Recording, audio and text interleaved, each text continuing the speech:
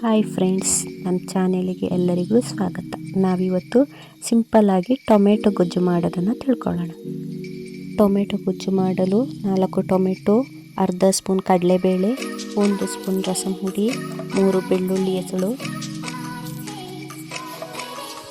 ಅರ್ಧ ಸ್ಪೂನ್ ಉದ್ದು, ಸಾಸಿವೆ, ಅರಶಿಣ, 3 ಕಾಯಿ ಮೆಣಸು, 2 ಕೆಂಪು ಮೆಣಸು, ಬೆಲ್ಲ,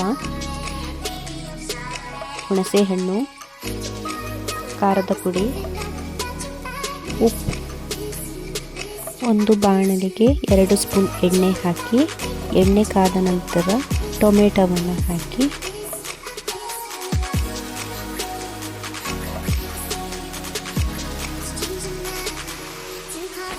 ರುಚಿಗೆ ಬೇಕಾದಷ್ಟು ಉಪ್ಪನ್ನು ಸೇರಿಸಿ ಟೊಮೆಟೊ ಸಾಫ್ಟ್ ಆಗುವವರೆಗೆ ಬೇಯಿಸಬೇಕು.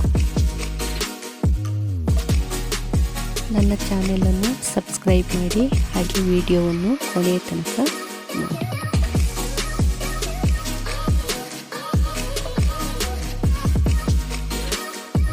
ಈಗ ನೋಡಿ ಟೊಮೆಟೊ ಬೆಂದಿದೆ. ಇದಕ್ಕೆ ಅರಶಿಣ, ಖಾರದ ಪುಡಿ, ಅರ್ಧ ಸ್ಪೂನ್ ಬೆಲ್ಲ, ಹುಣಸೆ ರಸ ಸೇರಿಸಿ ಚೆನ್ನಾಗಿ ಮಿಕ್ಸ್ ಮಾಡ್ಕೋಬೇಕು.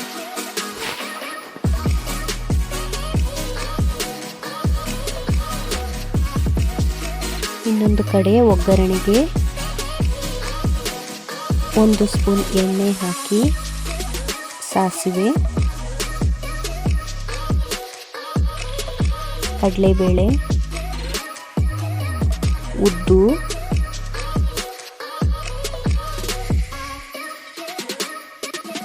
ಕೆಂಪು ಮೆಣಸಿನಕಾಯಿ, ಬೆಳ್ಳುಳ್ಳಿ ಮತ್ತು ಹಸಿಮೆಣಸನ್ನು ಸೇರಿಸಿ ಚೆನ್ನಾಗಿ ಫ್ರೈ ಮಾಡ್ಕೋಬೇಕು.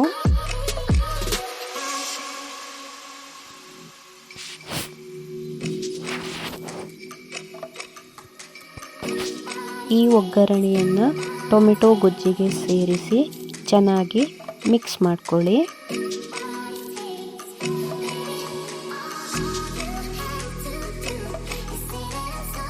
ಕೊನೆಯದಾಗಿ 1 ಸ್ಪೂನ್ ರಸಂ ಪೌಡರನ್ನು ಸೇರಿಸಿ ಚೆನ್ನಾಗಿ ಮಿಕ್ಸ್ ಮಾಡ್ಕೊಳ್ಳಿ.